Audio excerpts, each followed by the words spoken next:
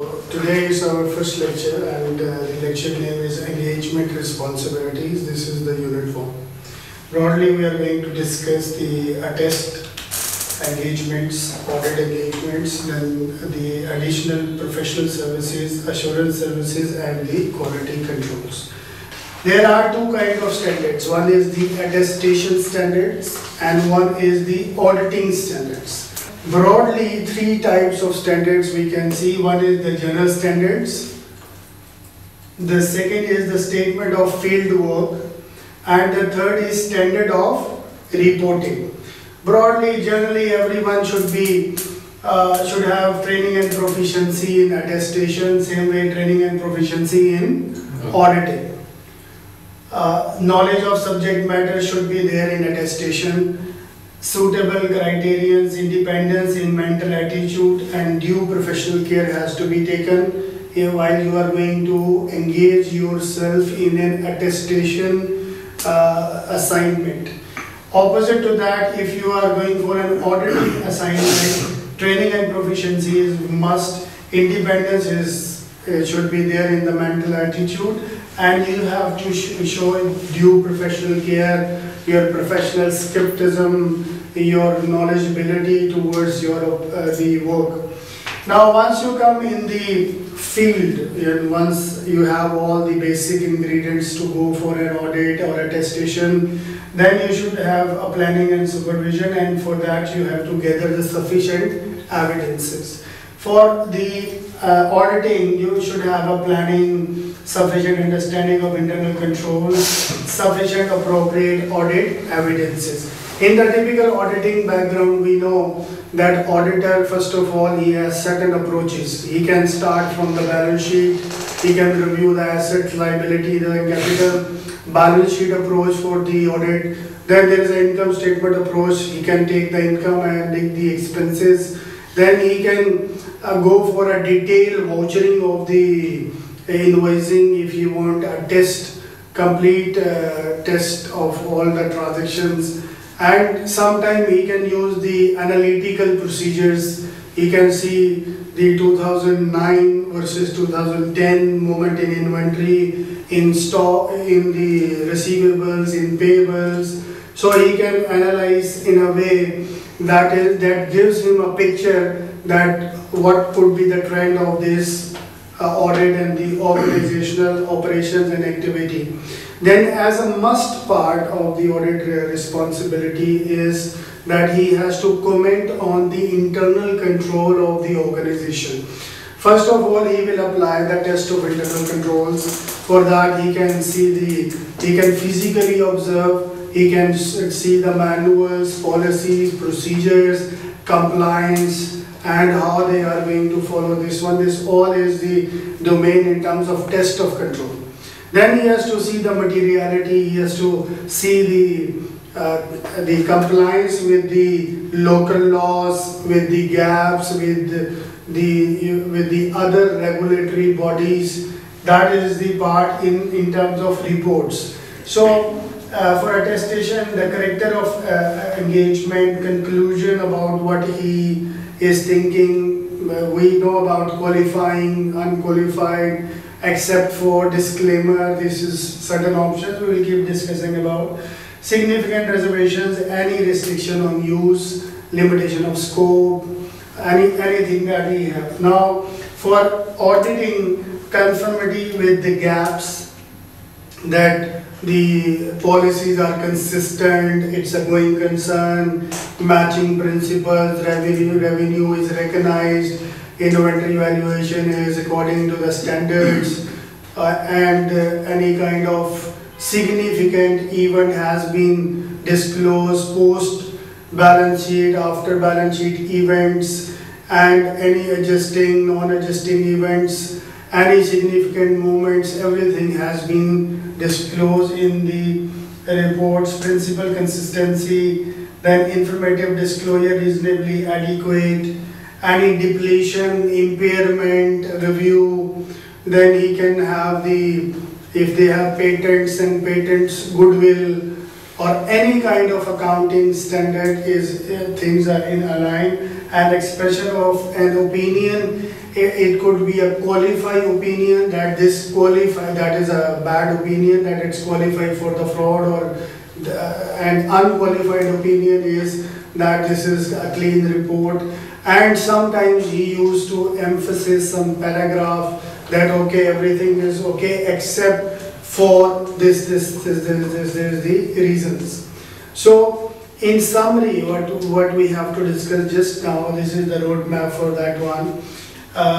What is an attestation engagement, and what are the standards given to us? There are three broader standards. One is the general standard of field work when we come practically on the client side, and once we finish our assignment, and what would be the reporting standards. So these three standards, one is for the attestation. So you can see here, this is 1, 2, 3, 4, 5, 6, 7, 8, 9, 10 and 11. So 11 attestation standards are there, and for the audit this is 1, 2, 3, 4, 5, 6, 7, 8, 9, 10. So we should keep in mind that auditing has 10 standards and attestation has 11 standards. Now when you are going to do your questions, it's very important that these things should be on your tips. That attestation 11 standards, what are these standards? First 2, 3, 4, 5, 6, 7. Generally, all CPA curriculums, it's whatever the publisher, it's like Backer or Wiley or Glim or any other, they give you a sense of using the nomics, the short form of the long information. So that's up to you that how you can memorize this one. You can have one word like TKSID. TKSID, T is for training, K is for knowledge, S for suitability, and I for independence, D is for due professional care. It's up to you. There is no standardization rule. It's human mind how they want to memorize, but memorization of this one is very important. I will give emphasis which you have to remember, which you have to keep in mind as a concept, and where you have to apply, because we have all these three standards. Now let's go back. Let me read it for you. An attest engagement is one in which a practitioner, who is a practitioner? The CPA firm holder. It's here. A practitioner is a CPA in the practice of the public accounting. So an attest engagement is one in which the practitioner is engaged to issue or does issue an examination, a review, or an agreed upon procedure report on the subject matter. Means this is a decision, this is an analysis, this is a review which a practitioner has to come up with, or an assertion about the subject matter that is the responsibility of another party. This is we know the preparation of the financial statements is the responsibility of the management. Auditor has to express his opinion about its accuracy, reliability, adherence to the local laws, compliance with the regulatory bodies. What is a practitioner? Is a CPA in the practice of the public accounting. This is the performance for a client when holding out as a CPA of accounting, tax, personal finance, planning, litigation support, and those professional services for which standards are issued by the bodies designated by the AICPA Council. Now, so attestation is one in which practitioner has to come up with some opinion. These are certain standards with the attestation. These are the auditing standards. And as we discussed before, that there are standards which is issued by the auditing standard is SAS, that is Statement on Auditing Standard, that is issued by ASB. SSAR is the compilation and review services, and the consulting services are given by SSCS, that is the Statement on Standard for Consulting Services. So one by one we have to be very clear about attestation standards, then the auditing standards and consultancy standards.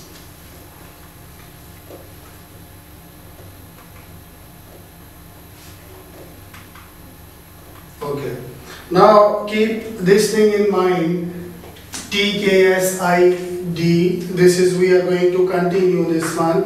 Although it's a common sense that training and proficiency in attestation, you should be well trained, you should be well groomed, you should have enough knowledge, then you should have the knowledge of the assignment that you are going to take, you have capabilities, you have experience, you are suitable, you are independent, no one is influencing you, and while doing the assignment you are giving due care, you are taking in consideration the benefits, cost of the assignment. So this is one by one we are going to discuss. Let's talk about general standards first. The practitioner must have adequate technical training and proficiency to perform the attestation or the attestation engagement. The practitioner must have adequate knowledge. They have the reason to believe the subject matter is capable of evaluation. Then the practitioner must obtain independence in mental attitude, all matter related to the engagements. Suppose why we discuss independence, fairness, objectivity. This is our discussion for the next lecture. The certain kind of principles, code of ethics, we will discuss.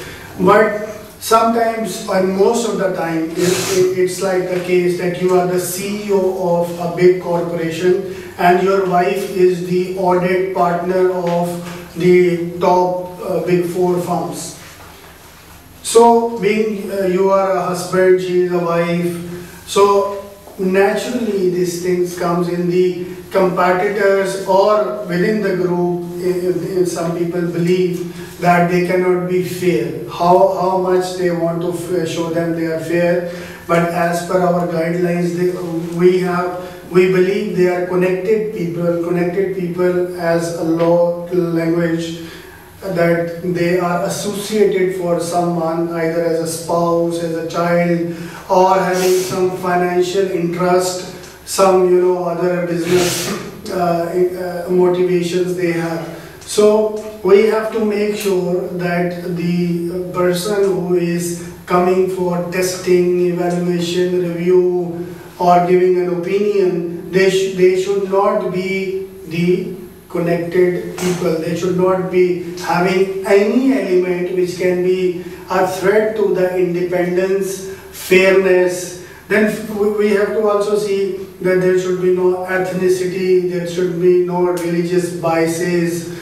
Maybe auditor has a religious bias towards the company, or company has the religious biases. So it is going to mess up everything, because in terms of system controls, these things are not desired and they are not allowed or not acceptable even to be brought into the business environment. Everything should be independent, fair, objective.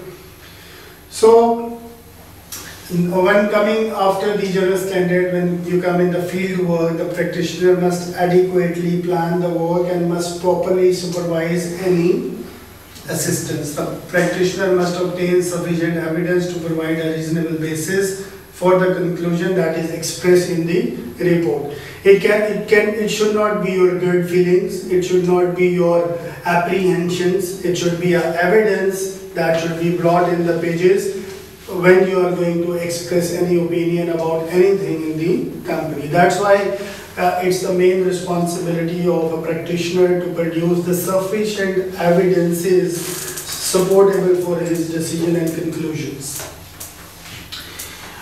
In terms of reporting, the practitioner must identify the subject matter, the assertion being reported on, and the state of the character of the engagement in the report.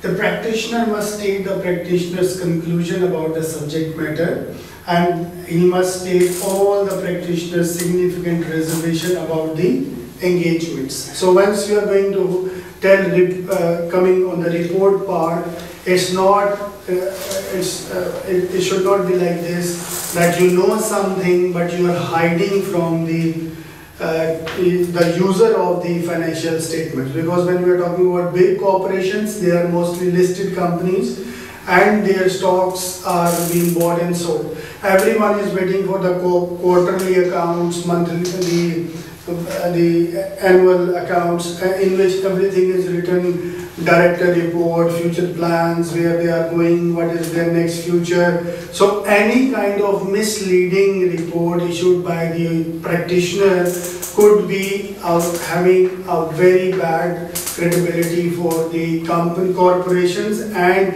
it can demotivate and lose the interest and confidence of the investor in those who have bought the shares of that particular company.